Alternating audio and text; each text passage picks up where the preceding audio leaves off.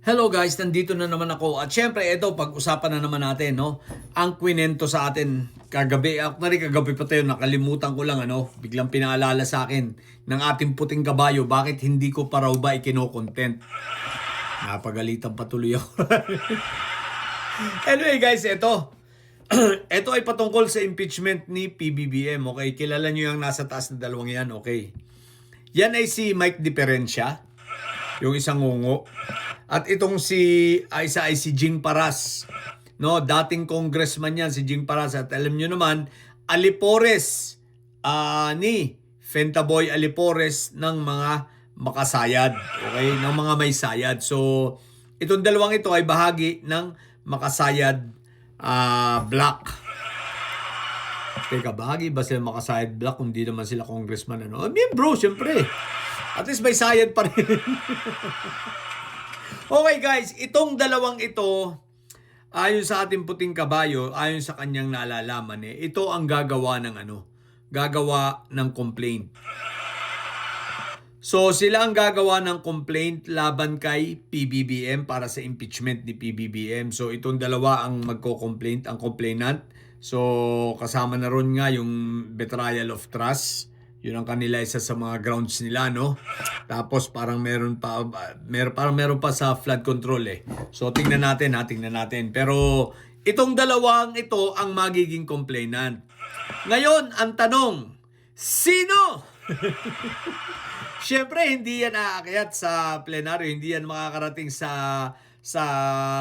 Committee on Justice kapag walang mag-e-endorso.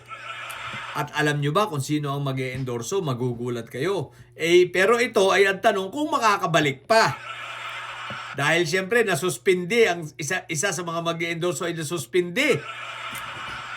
So hindi pa natin alam kung sino ay papalit. Pero baka patatapusin ang suspension. So ibig sabihin February na.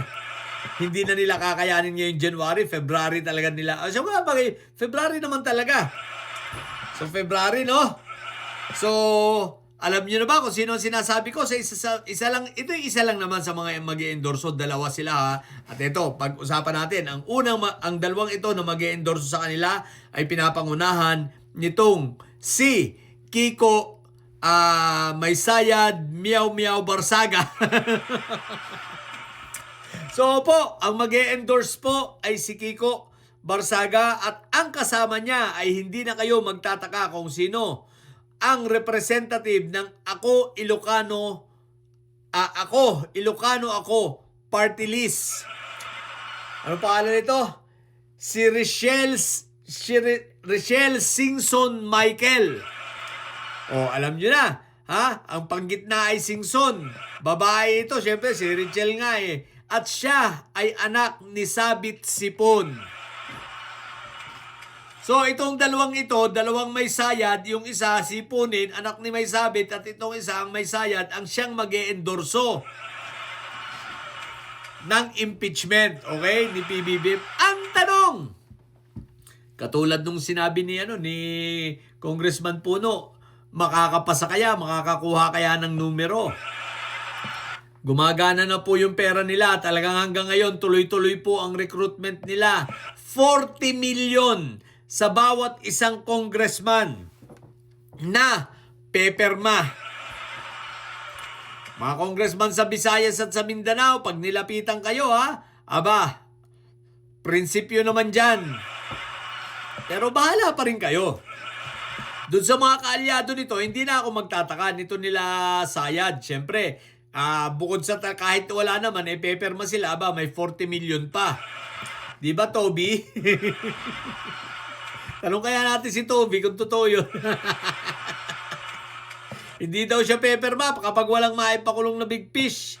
Bakit? Noong nakaraan ba pumirma ka? Hindi ka rin naman pumirma eh. Tsaka itong mga Revilla, wag na tayong umasa na peperma ang mga Revilla guys dahil unang-una, hindi rin naman sila pumirma nung nakaraan. Pangalawa, sa impeachment ni Sayad, baka itong mga Revilla, baka pumirma ito, hindi ko lang sigurado dahil syempre, yung tatay nila malalabasan ng warrant yan. Pero tingnan natin, hindi tayo sigurado. Pero basta ang sigurado, itong mga Revilla ay hindi pumirma sa impeachment ni Sayad. So, ibig sabihin, may posibilidad. Pero ang tanong, makakakuha kaya ng numero? Ang sagot, utot nyo. Kahit anong gawin mo, sabit sipon, kahit ilabas mo na lahat ng pera mo, hanggang sa mamulubi ka, hindi magpapadala sa inyo ang Kongreso. Bakit? Dahil ang Kongreso ngayon ay takot sa galit ng mamamayan. Kami ay may karapatan na magsalita patungkol sa mamamayan dahil kami ay nagkakaisa. Ang pula, ang pink, ang dilaw na para si Inday Sayad ay mapatalsik.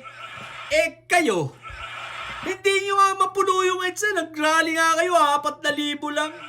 Itong si Grecong pagkaingay-ingay, di ba? Akala mo yung namimigay ng pamphlet ng credit card. Hindi pinapansin. Sa Copy Fake News, ayun, hinika. Kaya guys eto tandaan natin ang mga pangalang ito itong Ako Ilocano Ako party list, okay? Anak si Richelle, isa yan sa mag-endorse, anak ni Sabit Sipon. Kasama niya mag-endorse ay si Kiko Barsaga, si Meow Meow, no? Sila yung nakatoka. Ewan ko lang kung madadagdagan. Siyempre, ilang araw pa naman yan, pwedeng may changes yan. Pero ito talaga yung initial plan nila. Okay? So, ang dalawang ito, na parehong may sayad, si Jing Paras at itong si Ngongo, kapatid ni, ito si Mike Diferensya. Kapatid ito ni Jack. Oo. Sabi nga ni Jack, mas maganda lang yung tahi nito. Pero parehas lang sila. So yan ang mag-e-endorse, no? At gagawa ng mga fabricated complaints laban kay PBBM at para i-impeach. Kala naman nila magkakaig, no? So walang mangyayari dyan. Ito lang ang sinisiguro ko. Marami ang may ayaw na si Inday Sayad ay uupo. At marami ang ginagawang Pangulo ngayon, busy. Anyway, sabi naman ng Pangulo, haharapin niya. Di magsampa kayo, di haharapin ng Pangulo namin. Basta ang sigurado, maraming mangungulungan sa darating na mga araw.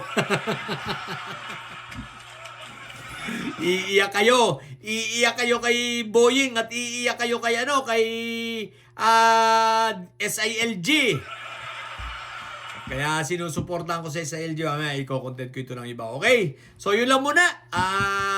Tandaan niyo yung sinabi kong ito Ito ang magiging takbo ng impeachment. Okay? So sa mga bobong didilis dyan at may sayad ang tatay nyo ay karton. Matili kayo may sayad. Sa batang may sayad lagi high blood. Bye!